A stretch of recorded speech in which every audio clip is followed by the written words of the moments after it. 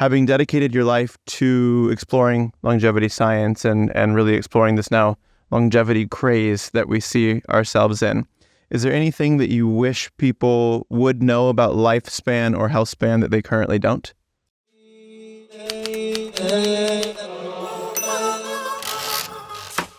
Yeah, I think that the most important thing is that your health destiny is in your hands. This is something that we walk around with in life with certain conscious and subconscious beliefs about in terms of what's going to happen to us as we get, quote, old. And your mind is your most important resource in that space, and realizing that you do not have to go down the path that you believe that you have to go down. And in fact, with the advent of all these technologies that start this craze and are fueling it, that in fact, we have incredible power over our health destiny. And why do you think people don't feel they have the power? Is that a conditioning from upbringing? Is that something that has been instilled in us from society? Where do you think that comes from? You're right on the money. I mean, it is actually as I mentioned, conscious and subconscious programming. And it's not nefarious in any way. It's not something that is put in there on purpose. It's simply the fact that we live in a society, particularly in Western cultures, where getting sick is the standard go-to when you get older. As we get increased age, we have increased prevalence of disease. And it's just case in point, you look to your family, you think about grandparents, aunts and uncles, your parents, as they've grown older, you can think of people, most everyone, that have in your family gotten sick, getting those chronic diseases of aging. And we begin to think that that is where we're headed because we see it all around us. But in fact, that's lifestyle driven. We know that as a fact that you can add 5 to 10 years of healthy health span, by making the right lifestyle decisions. Just that. And we understand that better than ever. We have really grounded science on that fact.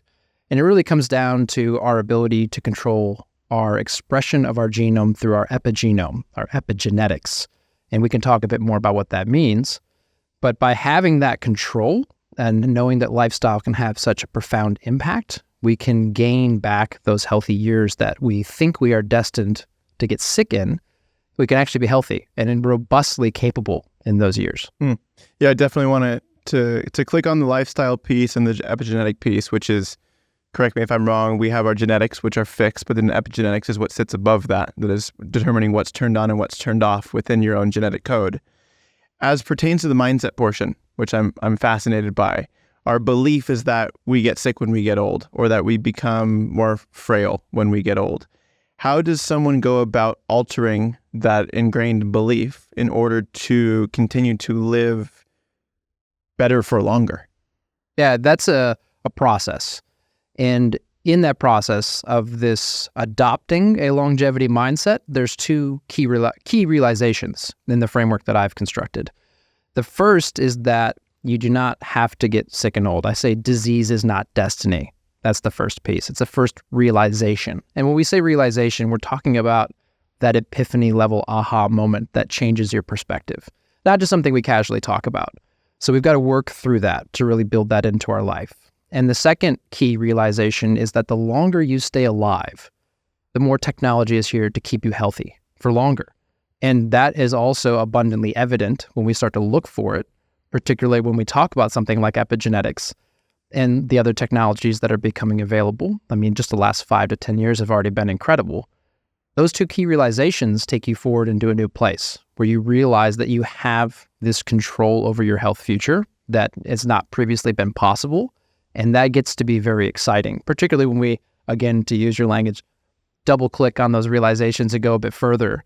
They become really powerful. I saw Peter Diamandis speak a few years back, and he was talking about the escape velocity of aging and how we're getting to a point in history where we're actually going to be getting to a place where we're able to age biologically slower than we are chronologically.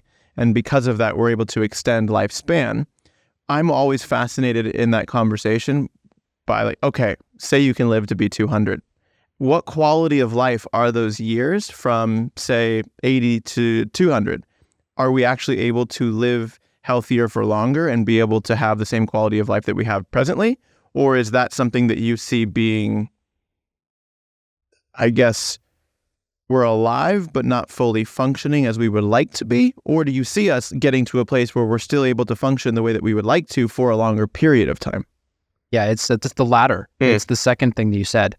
And that is a really key part, because most people think of aging as something that results in them becoming frail, becoming dependent, becoming weak. These are the things that are characteristic of being, quote, old, right? And so when we advance our thinking to having this power over our health future, we start to think of this concept of health span, which I'm sure many of your listeners have come across before. It's something that Peter Diamandis also talks about. And the health span is the healthy years that we have. And as long as we continue to have healthy years, we're going to want to stay alive.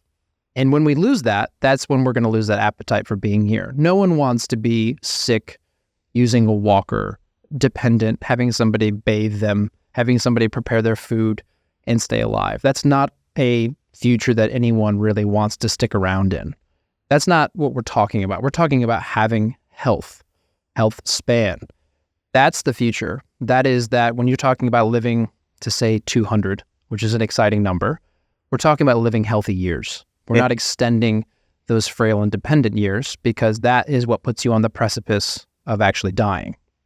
Most people who do manage to avoid the diseases of aging, they will die from a fall where they break a bone, most often a hip, because their bones are weak and they've lost their balance and leg strength. So they fall over and they tend to then get pneumonia in the hospital and die. That's how they tend to go. We're not talking about being on that precipice. We're talking about being well back from that and having strong legs, a strong body, a clear mind, and continuing to live in health. And when you have that, that's when you still want to be alive tomorrow. And if I ask you that question right now, like, do you want to be alive tomorrow, Kevin? You're going to say, you're going to say 100% yes.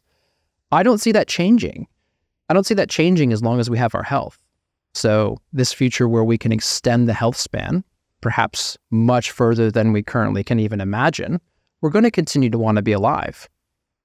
But what do some of those lifestyle factors, changes, habits look like that we're starting to see that will allow us to extend our lifespan? So we already understand, again, that 5 to 10 years that I was talking about when we opened, that is malleable, that's changeable, something we can actually create in our life. And the way that we do that is through adjusting what I call these lifestyle factors. So there's 5 of them through the framework that I've built. One of them is sleeping well. Another one is your nutrition. Then you've got your fitness, mental health, and your environment. So you're drinking water and the air you breathe. We understand very well in the science that if we are optimizing all of these lifestyle factors, that can help us have 5 to 10 more healthy years. But take that back to that framework where we talked about the second key realization of the longevity mindset in this conversation we're discussing right now, where we have more technology every day we're alive to keep us healthy for longer. So we can begin to start to be excited about those 5 to 10 years we can gain from lifestyle changes alone, because they will buy us 5 to 10 more years of technological advancement beyond what we can even currently expect now. And again, that's that feedback cycle that will begin and is already well underway, that will possibly allow us to reach a longevity escape velocity, which is actually Ray Kurzweil's concept, original concept, not Peter's. Peter just does a great job of espousing it and sharing it and getting people the conversation excited about it. In fact, he is who first talked about a longevity mindset. So I have to credit him about that. But one of the things that I noticed is the lack of structure around what that is and how we build it into our life, which is one of the projects that I've undertaken, is really, really exploring what that means and how we implement it in our life. Because if we can go forward with this excitement about what's possible with longevity technologies, and we can go forward understanding the power we do have in our lifestyle, we can then begin to really build on that health technology future that's coming. So as pertains to those 5 factors, do you see them as evenly weighted? Are there different weights to each? Or if we were to simplify, here's your scored 1 through 5, how do you look at those? It's going to be different for everyone, because it really depends on where you're lagging the most. If you're somebody who's not sleeping well, had really struggles with sleep, optimizing your sleep is going to take you the furthest. But to be really general, because you've asked a general question, it's going to be fitness. It's definitely going to be fitness. If, Peter Attia likes to talk about longevity drug, what's the best one you could have? It would be exercise. If you could put all the benefits into a pill and take it from exercise, it would be the most powerful longevity drug available. And that's just really grounded in the science once again. Things like improving our VO2 max and keeping that up for as long as we can. Leg strength, which we were discussing in the sauna before this, that's really important. Your gait speed, how fast you're walking. These metrics of your vitality are what determine how long you're going to live. And they all sit in that fitness bucket. There was also two factors that you mentioned in the sauna that lead to something that we had talked about between my father and I, that lead to an extended life and lead to wanting to continue to show up day in and day out and put your best foot forward. Do you want to speak a little bit to those two? Yeah, so that's going deeper in the longevity mindset. Mm-hmm. And I like to introduce that concept by talking about what the definition of old is. Great. Right? So the definition of old, and you can go look this up if you'd like, is not young. And then the definition of young is not old. It's a circular definition. And therefore, you get to decide whether or not you are young or old. That's a key part of your mindset. That's a key part of the longevity mindset altogether. We have to know that. And so we need to look at the characteristics of youthfulness. What are they? What keeps us young? What keeps us youthful? And one of the most important aspects of it is curiosity.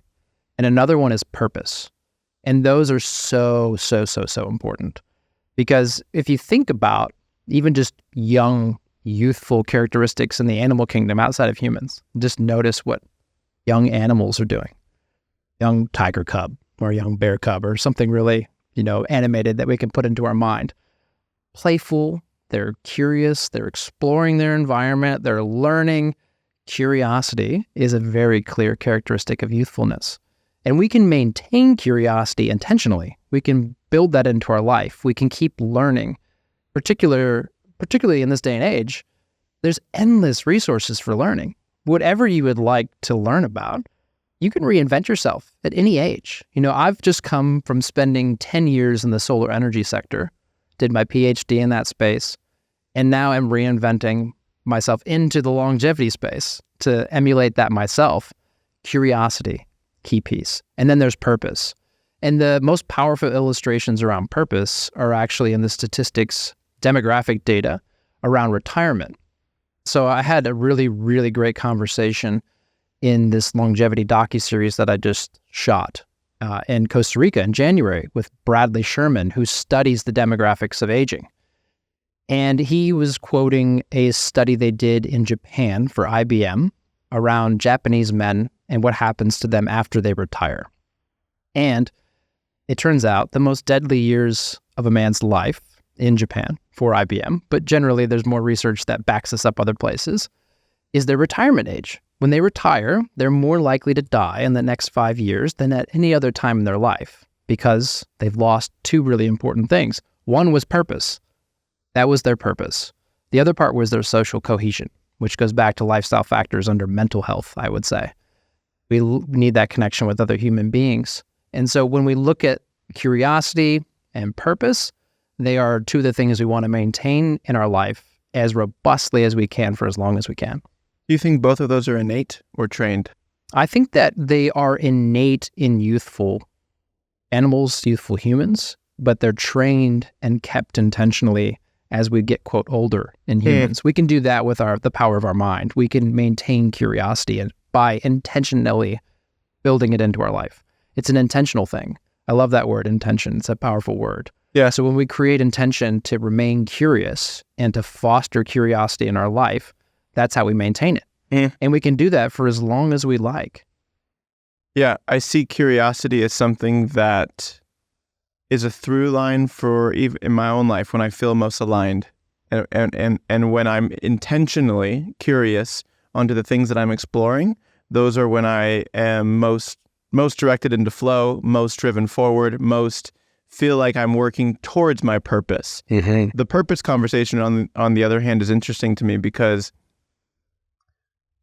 I'm not sure yet if I believe purpose is something we discover or something we're born into. And I'd be curious to get your take on that, because I feel like the more and more quote unquote work that I do and the more layers that I remove from myself, the more everything that I've done is uniquely preparing me for what comes next. And that's where I'm deriving this quote unquote purpose from. So that makes me believe it's something that's uncovered. But on the other hand, I think that if we didn't place all of this Western societal shit on top of us that prevents us from seeing that through and through, that we would be in a way exposed to that earlier on. Curious your thought.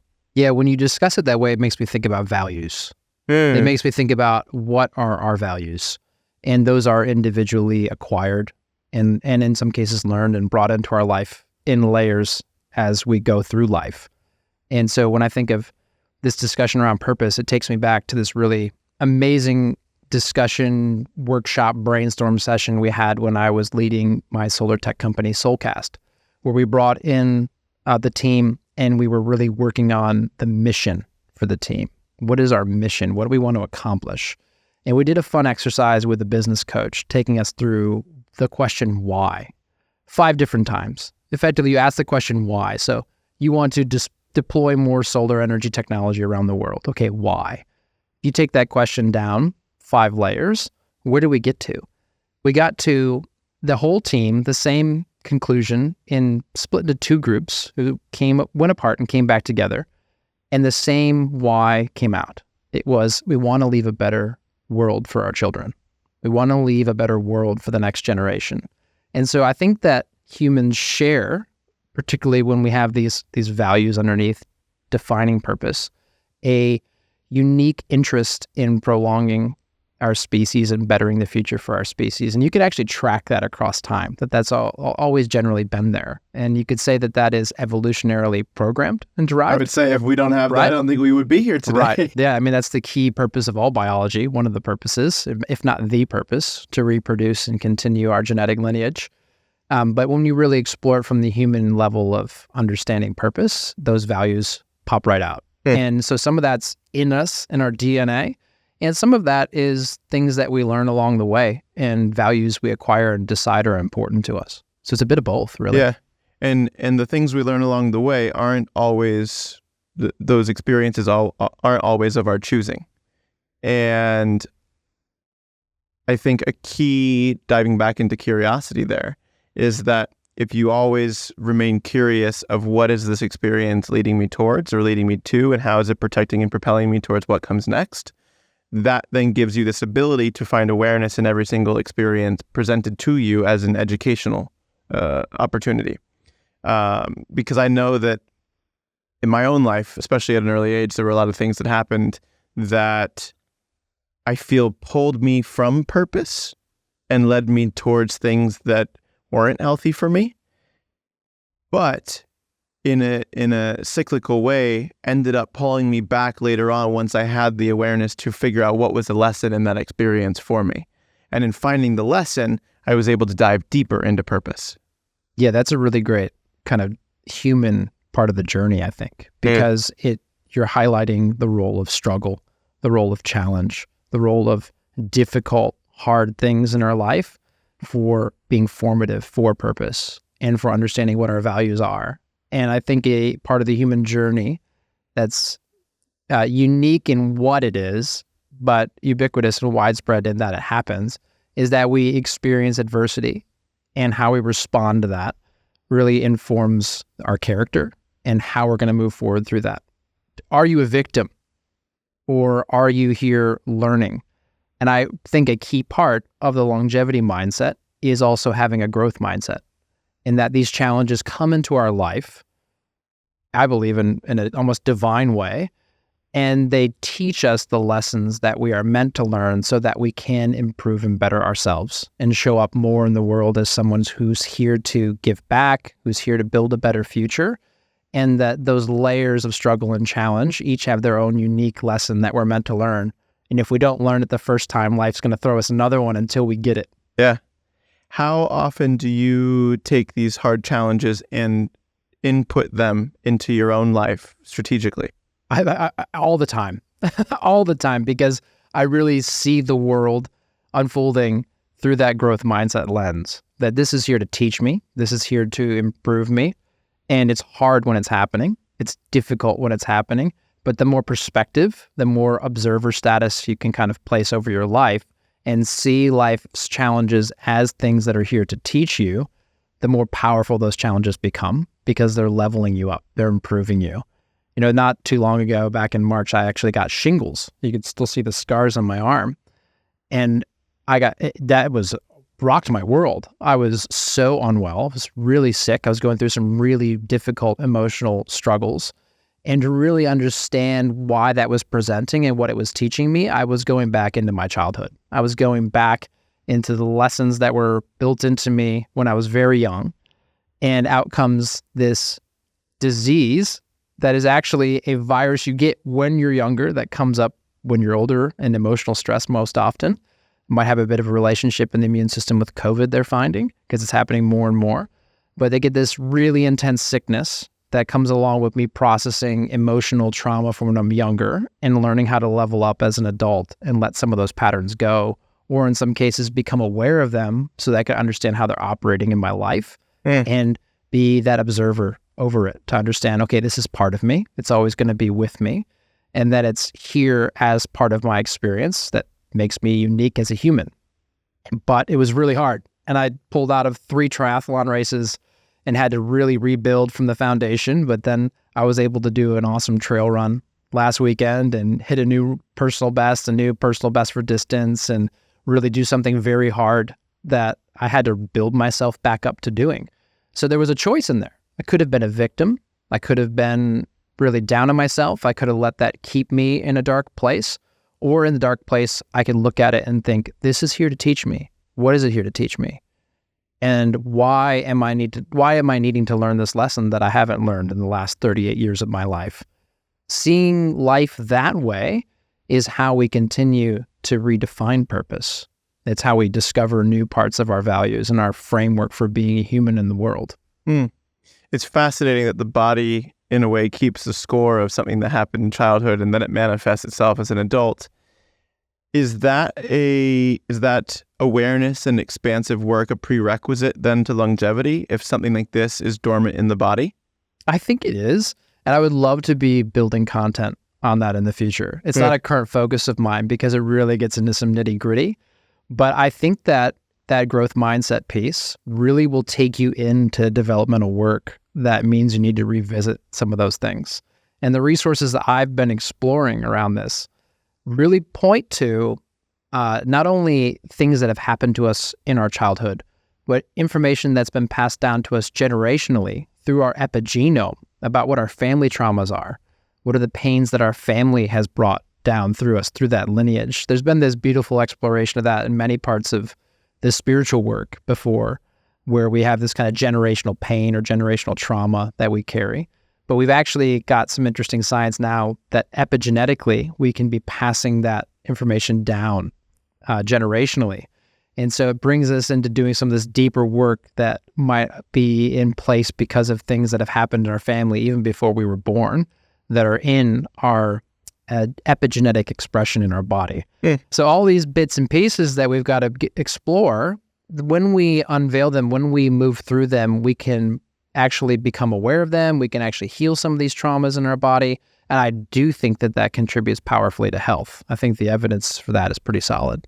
I think that's fascinating because take the shingles as an example. Say that wasn't processed in your generation and that's something that your genetic code holds on to, then that is now passed down to your son. And then if he doesn't process it, it continues to get passed and passed and passed and passed until someone breaks the cycle. Someone listening to this that wants to be the person that does break the cycle for their family, where do they start from a growth mindset perspective? How do they get the awareness to start to see these things, to double click and then go deeper into expanding their own awareness? Yeah, I think that there's an intellectual answer to that. And it really, I think, sits in the understanding of a growth mindset. So you could go look at some of the work that Carol Dweck has done on a growth mindset. So Phenomenal book. Fixed mind? Yeah, absolutely. Do you have a fixed mindset where things are happening to you and you are the victim? Or do you have a growth mindset where these things that you are being given as challenges in life are opportunities for you to grow? And I also think that there is an individual level that we can explore in the more spirituality-oriented space, which is individually defined. I don't think that there's any right religion for any given individual that's given to you culturally, is part of your own experience. You can be any religion you want. You can have no religion if you want, but that spirituality piece, where there's something bigger than just yourself unfolding, however you want to define that, is where a lot of that work needs to be done.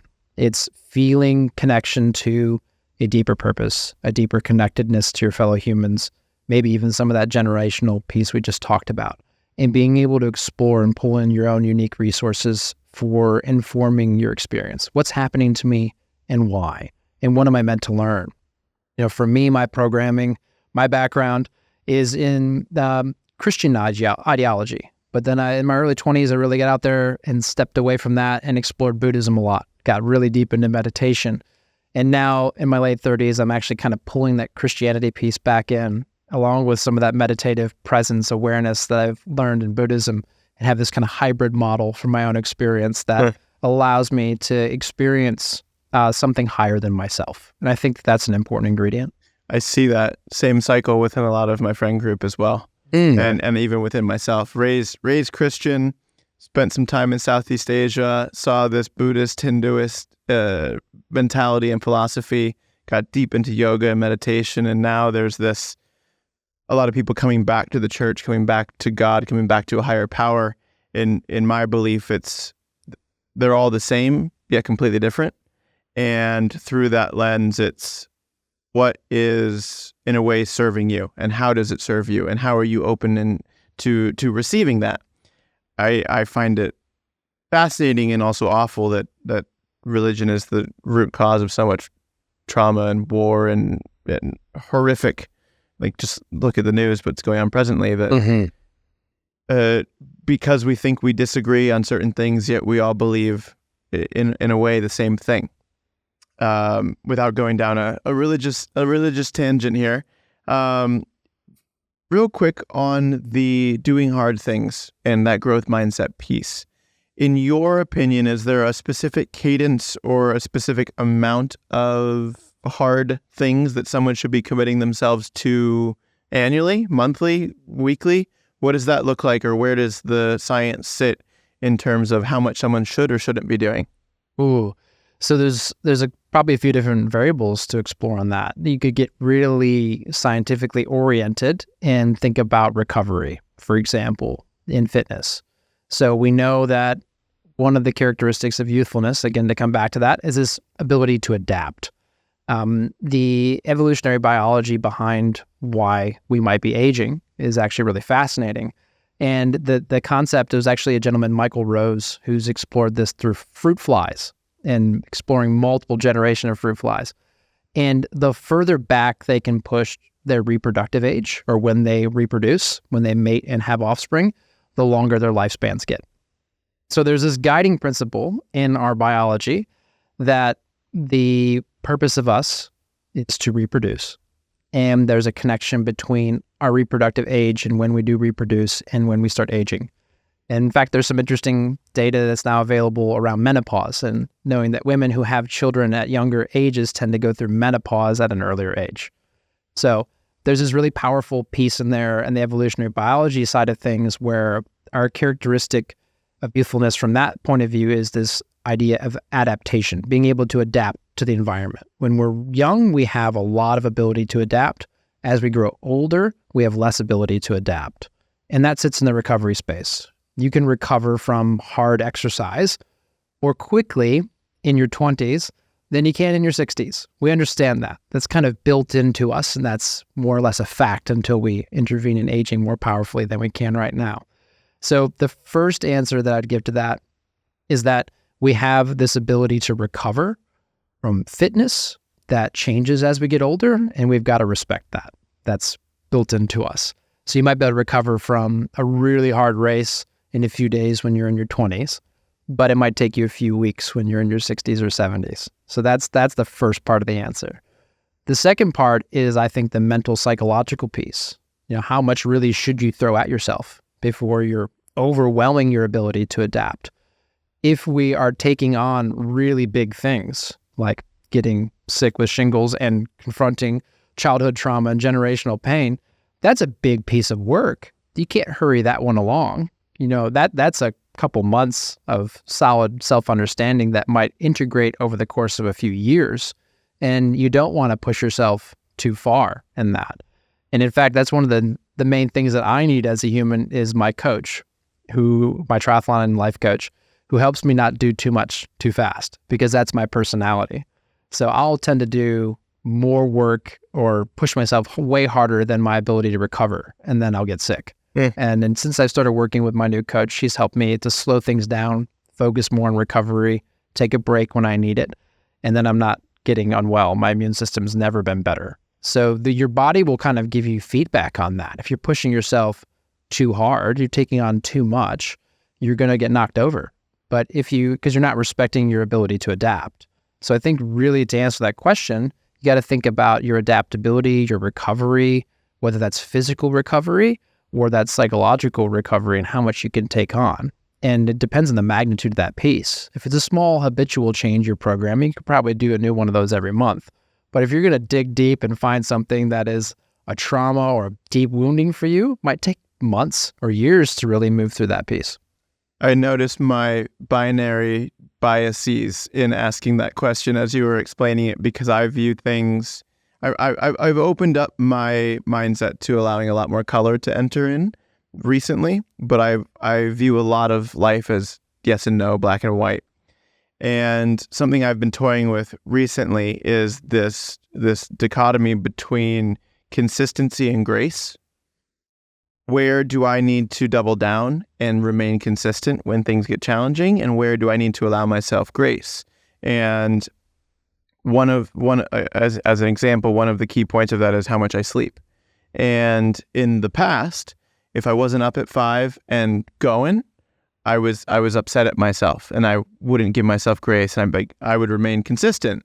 And I did that for years of my life, and I built a lot of what I have now because of those years.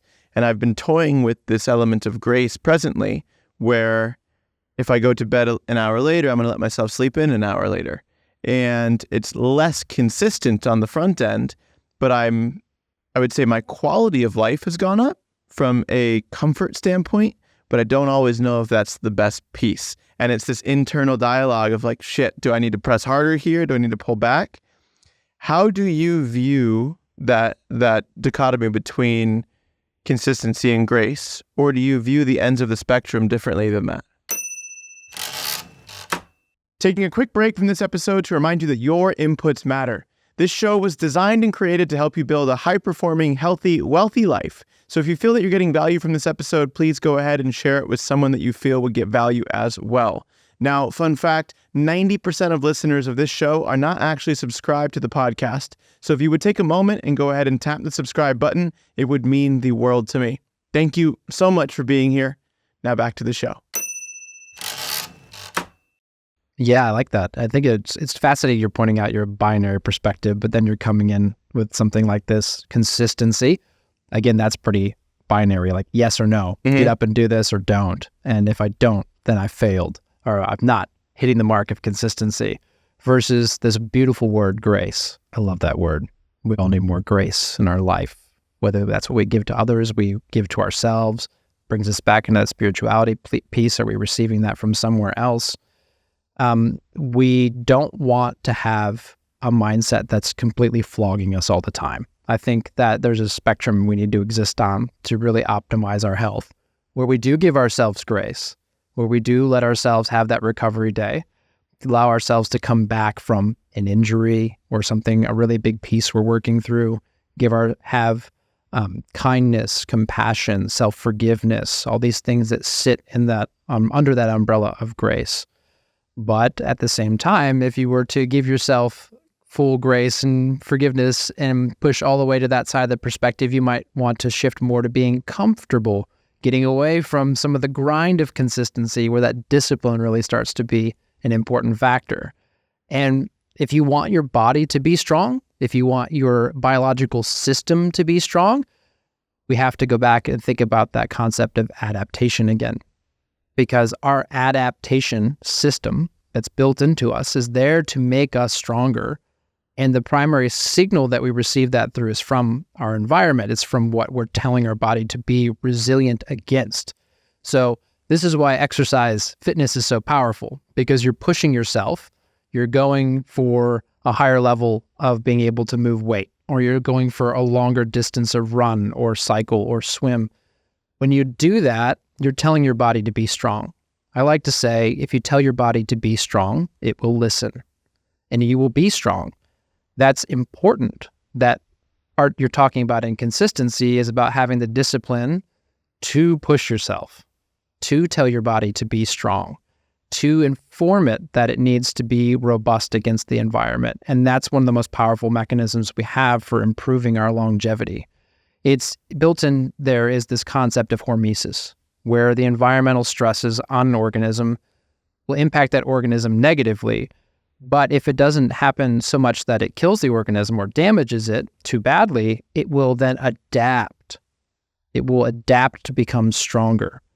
So we see this, for example, in crops, where they can become more drought resistant over time because they've been grown in harsher conditions.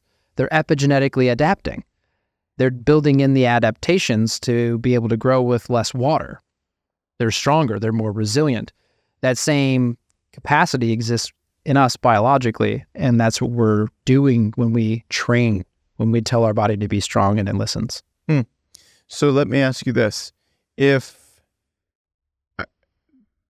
I understand remaining consistent and pushing your body to a place where it's able to find that adaptation, and it's able to grow from that adaptation.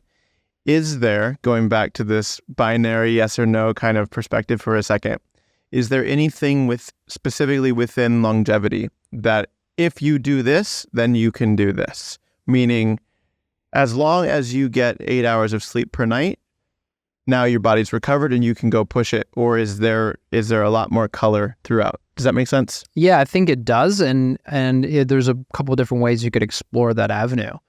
But we know that if you fall below a certain threshold with your VO2 max, that your risk of dying is increasing exponentially. So we want to keep our VO2 max as high as we can for as long as we can. You know, young guys like you and I that do a lot of fitness activities, we probably get VO2 maxes in our 50s, maybe as high as 60. Well, that's actually quite high. And as we get older, we are losing our ability to train enough because our adaptation is decreasing. Our recovery is slowing down. We're losing our ability to increase the volume enough to keep that VO2 max level high. There's other biological things that are happening that make it hard to keep that VO2 max higher. But that's the primary one. And so by doing that, by training it, we're actually keeping our risk of dying much lower through improved VO2 max. So that's a really great example. The other one is gait speed or leg strength. Again, those are training things. How fast can we move? How much weight can we move with our legs? How strong are our legs? This is another key factor in longevity that we know is really powerful. So if we can keep our legs strong, if we can keep our heart and lungs strong, then we will stay youthful. And that bumps right up against that ability to adapt and recover from training. So that's a pretty good illustration. The other thing that starts to happen to us when we get older with our nutrition is that we can also adapt less to what we're eating. So we need to be mindful as we get older, as we age, of what foods our body starts to not like so much. We might have been able to consume a lot of gluten when we're younger. When we're older, we might actually be able to consume less because our body's less adaptive. Same sort of thing can happen with lactose, with milk, for example, which actually makes a lot of sense because milk is something we're meant to have when we're younger from our mothers, and that when we're older doesn't make as much sense evolutionarily that we continue to consume it. So there's changes that are happening in your nutrition that you need to be mindful of. Another really important one is protein synthesis. When you get older, you actually don't synthesize protein as well. Your metabolism is not working as well as it used to. So you actually need to eat more protein. And at the same time, you're losing your desire to eat because your senses, particularly your olfactory system, and your ability to smell and taste are decreasing. So food is less palatable, less desirable, and your appetite has decreased, but your protein requirements have increased. So we can maintain some awareness of that moving forward. It doesn't exactly answer your question in a nice black and white way, but those are two really powerful illustrations. Yeah. So share with me a bit about longevity strategy. So there's a lot that people can do. We can throw darts at a board and hit nutrition today and then optimize nutrition and then go over here for fitness and then go over here for sleep. Is there a specific approach or strategy that you have created or subscribed to that someone who's interested in getting started in the longevity space should begin? Yeah. So I've built a 4-part framework for this. So At a Longer Life, which is the brand that I've created this under, there's this 4-part framework for approaching your longevity journey. It's progressive. So the first part is adopting a longevity mindset, which we've talked a bit about. The second part is creating your unique longevity strategy. Then it's optimizing the lifestyle factors. And then the 4th part is engaging with longevity technologies. We can go into each of those things after this. Longevity strategy comes after the mindset because you're all excited. You realized, hey, I can have an amazing impact on my health future. I don't have to get old and sick. And all this technology is coming to help me stay healthy for longer. Fantastic. I'm excited. The first thing that starts to happen to you after you get to that point is you start thinking about what you want to do because of that. And you get overwhelmed because there's unbelievable amounts of opportunity that are expanding all the time. Everyone who gets into health and wellness and starts following some of those things on their Instagram or TikTok or Facebook, whatever social media platform they use, will begin to be influenced and marketed to relentlessly for biological age test kits, supplements, red light therapy devices, massage devices, you name it in the wellness space, you'll start getting hammered with it and you'll get excited. You'll want to buy all these things. You'll want to do all these things that are going to help your health and help your longevity. But you have a limited amount of time. You have a limited amount of money. You have a limited amount of energy. I call this your longevity budget. There's a longevity budget you've got. It's unique to everyone how much you can spend. Some people can spend millions. Some people can spend, a few tens to hundreds of dollars a month. What are you going to spend it on? How do you do that the most effectively? This is why we build a longevity strategy.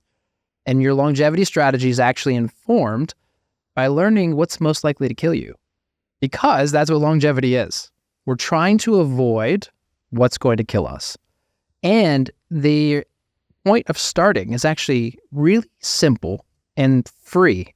And it's actually the first thing you will do if you go to a premier longevity clinic and drop $5,000. It's the first thing they'll have you do. And it's completing a family health history.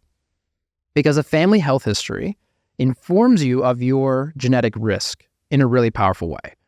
This is looking at what your related aunts and uncles, your grandparents, your parents, your brothers and sisters, what diseases of aging have they developed? You can do a survey. And you can pull together in a list form what you're most likely to effectively die from. And for some people, it'll be metabolic disease, like type 2 diabetes. For others, it might be neurodegenerative disease, like dementia. Or it might be cardiovascular disease, which is the most common disease for killing us. So things like a heart attack or a stroke. And then there's also cancer. Those are the 4 big killers that we just walked through. And you can see in your family history the diseases of aging that you are most likely to develop. And very powerfully, you could fill that picture in even a bit further if you choose the right genetic test. Because genetic testing is now at the point where we can get customized views of our unique risk in terms of our actual genetics, the unique genetic code that we have. Because as powerful as the family history is, you still are a unique combination of DNA from your mother and father. So you might have your own unique risks. But by doing that, we can see what's most likely to kill us or what diseases of aging we're most likely to develop. And so I'll give you an example from my own. I have, in my family history, I have prostate cancer, which actually most men develop prostate cancer in their life. In fact, most men die with prostate cancer, but not from prostate cancer. In my case, my grandfather passed away mostly from an aggressive prostate cancer. So that's there. And then on my mother's side, there is retinal health issues, so eye health. And then I look at my genetic risk and I see that, well, my prostate risk cancer is about average, but my eye health risk is actually well above average. In fact, I have a high risk of developing age-related macular degeneration, which is a disease of the retina. So what do I then do in response? This is where we're building a strategy. This is where you start. So the first thing that I can do is simply just start doing an eye health supplement and make sure I get my eyes checked regularly. So I take a product called MacuGuard from Life Extension, and it's got zeaxanthin in it, which is a powerful antioxidant for the retina, and it also has carotenoids, which are really healthy. You hear about eat more carrots, get more beta carotene, carotenoid to help your eyesight at night. Everyone's heard that little anecdote. Well, you can give yourself more carotenoids to keep your retina healthy, and you can start in the vast matrix of options in terms of what supplements you should take by targeting your supplement stack at things that will lower your risk for the diseases you're most likely to develop. So the other one I mentioned was prostate cancer. What can we do about prostate cancer? We can take lycopene. It's an antioxidant that's in tomatoes. You can just take 25 milligrams of lycopene a day, and now both those key risks that I have are reduced. They're not completely eliminated, but I can significantly reduce my risk by just taking those two supplements in my supplement stack. That's an example of starting your longevity strategy.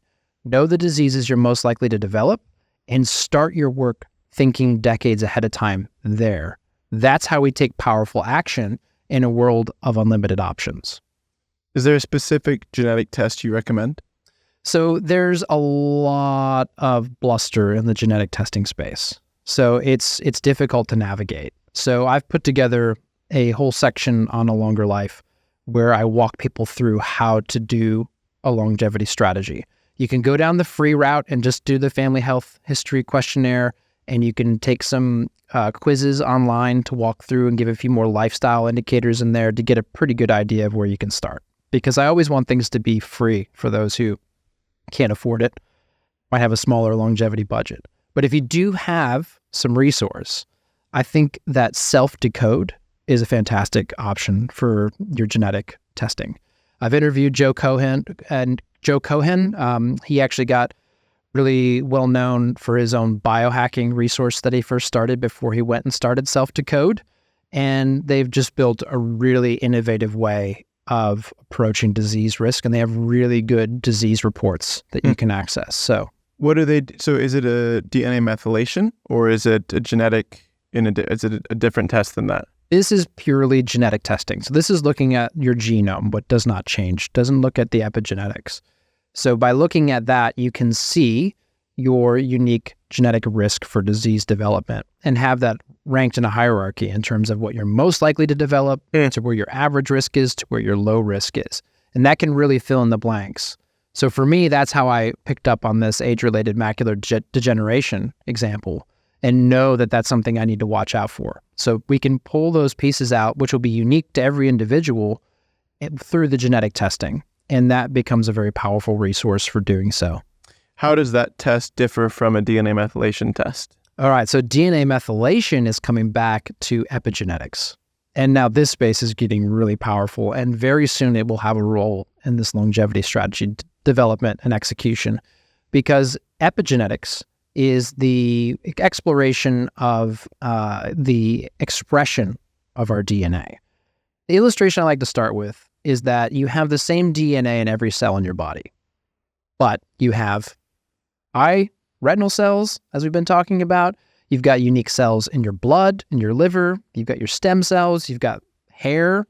All these things are epigenetic programming. Your body knows to differentiate its DNA into these cells through your epigenome. And that is a key piece of organizing information that we lose as we get older. There's a signal in our epigenome that can tell us how biologically old we are, because that information is becoming less organized as we age. It's more or less one of the laws of thermodynamics, right? Where accruing more entropy, more chaos over time, and less information. And epigenetics are becoming really powerful in this space because we're able to do things such as know the individual biological age of our organs. We're able to understand how fast we are aging. And excitingly, we're able to even see certain markers in our blood where their kind of average position has been at over the last 6 months through the epigenome. And in certain cases, we're able to start to see ahead of time what diseases we're most likely to be developing. Interesting. So we started with lifestyle mindset. Then we moved into health history and being able to actually then create a strategy around the health history. There was a third piece before we got to lifestyle or longevity technology. Yes. Which was the third piece? The third piece is lifestyle factors. Got it. Yeah. So that's where you go after you understand your strategy piece. When you understand the diseases of aging you're most likely to develop, that informs which lifestyle factors are going to be the most powerful for you. So for example, if you have dementia risk in your family, sleep is huge. You really want to get on top of your sleep to make sure your brain is flushing itself out at night, cleaning things up, that you're getting the right organizing REM sleep, part of your REM cycle that organizes your brain done. If you've got a risk for type 2 diabetes, metabolic disease, it's going to be really important for you to manage your nutrition in a way that you're keeping your blood sugar regulated, because that's a disease of insulin resistance. And equally as powerful there is being able to move your body and burn those calories, because that's the other side of the equation in terms of insulin resistance. You know to target that. If you've got cardiovascular disease risk, what's the most powerful thing you can do? It's going to be fitness. It's going to be getting endurance level type exercise, really getting your heart pumping for longer periods of time to build up the strength of your heart, to lower your resting heart rate, to increase your heart rate variability, to improve your VO2 max. We can start to tailor these lifestyle factors according to what we know we're most at risk for. I like that, where it's a personalized approach to treating an individual rather than trying to blanket something on top, which is how I think it's often been done and very unsuccessfully at that. To then go to the fourth stage, which is the shiny object stage, and all of these longevity tools and techniques and tactics and the latest craze. What are some of your favorite pieces that have stood up to science that are actually beneficial for incorporating into a longevity protocol? Look, I think that the whole longevity technology space is just in its infancy, so we've got to acknowledge that. And when we start playing with it, we have to respect that we're starting to get into some of the art of longevity and away from just the science. There's this gap. There's a gap between what science can show us in grounded randomized controlled trials, placebo-controlled, that level of science, and what we are having early stage data for, where we might only have information from rodent models, for example, or some early anecdotal data from humans. There's this gap where we have to determine how comfortable we are. That's where we start this conversation. Do you want to lean all the way to the bleeding edge, where there's going to be more risk and less science, but possibly great reward? Or do you need to be way back in the conservative space and wait for the science to really prove it for you? There's a spectrum. There's a gap. And the really important thing to realize about that gap is that technology's development is accelerating over time. And that's very evident in all areas of technology, particularly in just the last 2 years with large language models like ChatGPT and AI and robotics, quantum computing, some really exciting things that are really accelerating how fast technology is developing.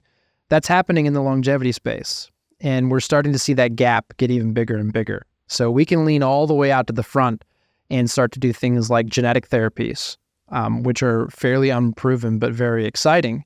Or we can come all the way back into the science, really grounded science, and still do some really powerful things. But everybody's got to decide where they're the most comfortable there.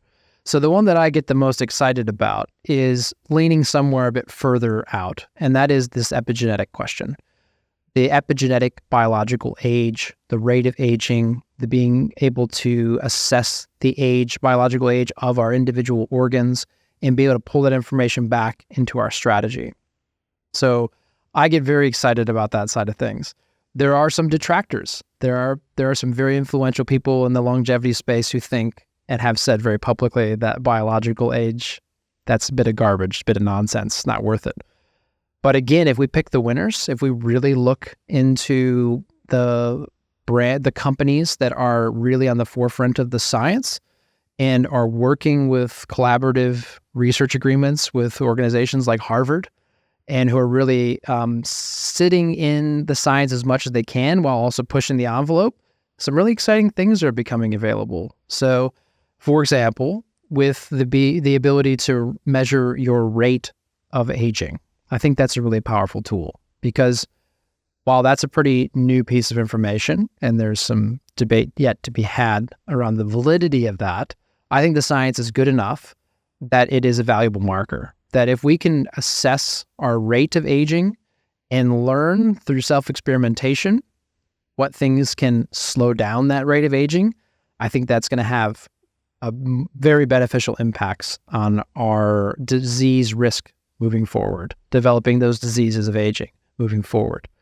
The other thing that's pretty exciting that's very new is this idea of being able to assess the biological age of individual organs.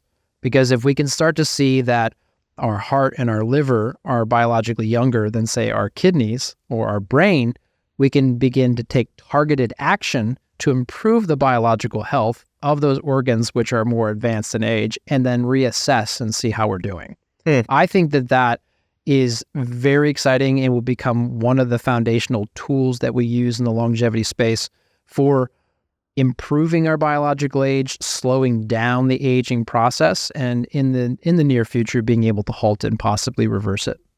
So you talk about this targeted approach and this personalized approach to longevity and to extending health span. What do you see as the future of personalized medicine, and where do you see that industry taking us? Yeah, so the most important element of it will always be that you take ownership, because you as the individual have the most information about your biological system, your psychological framework.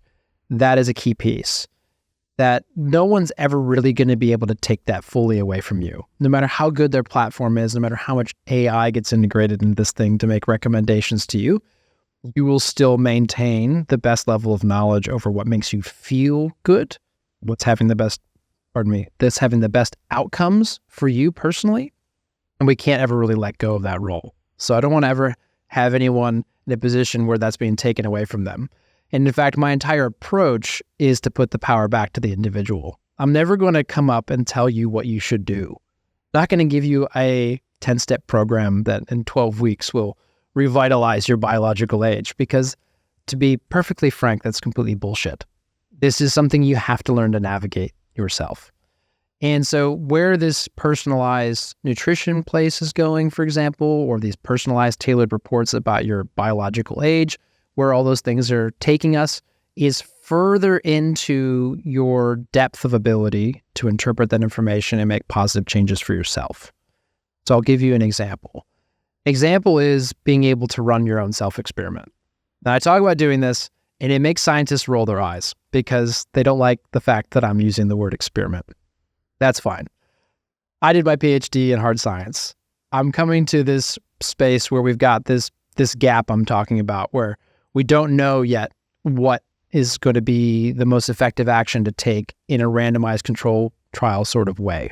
And that gap is only going to get wider. So you get to go play in this space where the science is not yet settled. So you have to learn to do it for yourself. You have to learn to take an intervention that you want to try, measure things beforehand, do the intervention, and measure again afterwards, leaving the right amount of time in between. If you want to play with your epigenetic biological age, you want to give yourself at least 6 months, because that's how long it takes the epigenome to really adapt to a change. So I've done this a couple times now with my biological age. A really great example is that last year I ran an experiment for 12 months where the only thing I changed, I really kept my fitness volume the same. I kept my sleep as consistent as possible. I didn't have any major life events that upset my mental health. The only thing I changed is I started taking 2 grams a day of calcium alpha-ketoglutarate, which has solid longevity data in worms and in mice and preliminary data in humans. And in that preliminary data in humans, it improved the biological age of 42 individuals by an average of 7 to 8 years, which is a huge change. I did this self-experiment, and I improved my biological age by 3 years, measured across 3 different tests. So I didn't just do one biological age, tested 3 different ones, different frameworks, and then saw that improvement. So what did that tell me? That told me that alpha-ketoglutarate is worth my investment. It's worth me putting my money into. It's worth me continuing to use because it has improved my N of 1 biological age in a semi-controlled way. So now I have a very good framework, the best I'm going to get from any other resources. No one else can point to me and say, this is what you should do, Nick, until I went and figured that out. And I take that example and I've discussed with people who are research scientists and longevity doctors, and they're nodding their head. They're saying, yeah, that's actually pretty interesting that you found that. Yeah, that seems like you should keep taking alpha-ketoglutarate. That's where this exciting world of longevity, personalized longevity, sits at present and will for some time, is in this area of trying things out for yourself in as controlled a way as possible and not changing too much at any given time to learn what works for you. Yeah, control the variables. I find it fascinating, and I can understand why you would approach that with the hard science background that you do have. To play devil's advocate on the other side of things for a second, someone who maybe wouldn't feel comfortable hosting an experiment on themselves, even one like that that's very controlled. Where are you at, or what is your belief on any of the trackable devices, wearables, technology, anything like that? Do you have one that you lean towards for tracking specifically, or is that something that everyone has their own algorithm and everyone has their own approach to it, that you've kind of taken a step back and said, I'm going to use my Garmin to track my steps? Mm-hmm. Yeah. So again, it's the ability to measure that you're discussing, which is increasingly prevalent for us. There's the ability to do a lot of blood testing at home now with a finger prick to measure certain vitamin levels or your omega-3 levels, for example. There's the ability to do these biological age test kits at home, mail it back. This is another form. A wearable is another form of being able to collect that data. And I think that where the science is at with those is pretty solid in the ability to track things like our resting heart rate and our heart rate variability and our recovery of our heart rate during fitness, but it's not so good for sleep. And sleep gets marketed very, very heavily. I mean, I wore an Oura Ring for a number of years, and I think what they're doing is commendable. Same sort of thing with the Whoop band or any other devices trying to track your sleep. But we're really not there yet with sleep tracking. That's one that is algorithm dependent. When you really look into the data behind it, the correlation's not so great when you put it up against the gold standard of actually tracking what's happening in your brain in the stages of sleep. So that one's a little bit behind. And I don't encourage people to get too into device wearable type sleep tracking for that reason, because I think that it doesn't have the level of quality of precision in particular for the data that allow us to make the changes we need to. What it can do more or less is give you a rough idea of your quantity of sleep, how long you have slept, and a decent idea of the quality. Because things like tossing and turning, that's telling you you're not sleeping as well as you could. Or if you can measure your SpO2 and you can start to see it going up and down at night, you might have some indications that you perhaps have sleep apnea. So there's some things you can pull out of there that are little gold nuggets, but most of it, I think, is a bit of marketing hype that's ahead of its time. That's an example of a space that's a bit limited. Explain SpO2 to me. Okay, SpO2 is, if we're going to boil it down to its absolute basics, is how much blood oxygen you have. So what's the oxygen saturation of your blood? And so when we have an event like sleep apnea at night where we stop breathing, or go through periods of time with struggled breathing, we can see that the SpO2 actually goes down. So the level of oxygenation of your blood is going down. And that is something we can measure with an optical sensor. So my watch, actually, this Garmin Fenix 6, can do that. Not exceptionally well, The gold standard for that is actually on your finger. If you've ever been in the hospital, they're measuring your SpO2 with that red light sensor on your finger. And that does start to have some valuable information for people who might be not breathing well at night or really snoring very intensely, which starts to border on sleep apnea in most cases. Well, Nick, this has been incredibly insightful, and I want to thank you again for coming on today. Is there any questions that we're not asking about the longevity space that we should be, or anything that we didn't cover today that you want to shine some light on? I think that it's an exciting time because of that it is getting a bit of hype to it. It's becoming more mainstream. There's many docuseries coming out, documentaries coming out. We just had the big one drop in Australia where I'm from. There's been the Limitless documentary on National Geographic with Chris Hemsworth. There's more and more coming all the time. There's the one that I've co-produced called Reverse Longevity, which will release later this year. There's lots of excitement showing up for people. And I think that the question in that space that people need to ask for themselves, it goes back into the mindset piece. Do I want to get excited about what's possible here? Do I want to let myself believe that this longevity movement has some legs to it? And I think that everybody has to ask that question in and of themselves. Do that in a grounded way. Don't just go for the hype. Go see what's actually happening in the longevity science. And if you do that, if you do a little bit of digging around, I think that's the moment when people do, with some validity, start to have excitement that it's going to become possible. It already is happening, that we can live healthfully for longer. And I would say that in many cases, the maximal healthy human lifespan that people our age demographic are going to be able to enjoy is far beyond our expectations. And I think that that is worthy of personal investigation at the individual level, and people can decide what they think themselves. Agreed. And Nick, to wrap up here, specifically as it pertains to longevity, as we would assume, what is the single greatest input that someone can place their attention on as pertains to the longevity space? Yeah, how are you thinking about your health destiny? Yeah, are you going forward in life with conscious and subconscious belief that you're going to get old and sick, that you are going to get old and weak, old and frail, old and dependent? And if you would like to shift that belief, just take a little bit of time and look around yourself in your own community or those people who are defying the stereotypes of aging. There's going to be somebody. There's going to be, maybe, depending on how many people live around you, it might be dozens of people who are in their 80s and 90s doing what they loved to do when they were in their 20s and 30s. They're still surfing. They're still running. They're still riding their bike. They're still doing weight classes at the gym. Maybe they're even leading a fitness class at the gym. Look for those people. Look to them and be inspired, and think to yourself, I wonder what motivates them. And if you're really brave, go up and ask them. I think you'll get a really exciting answer. Nick, thank you. Thank you, Kevin. It's been fun.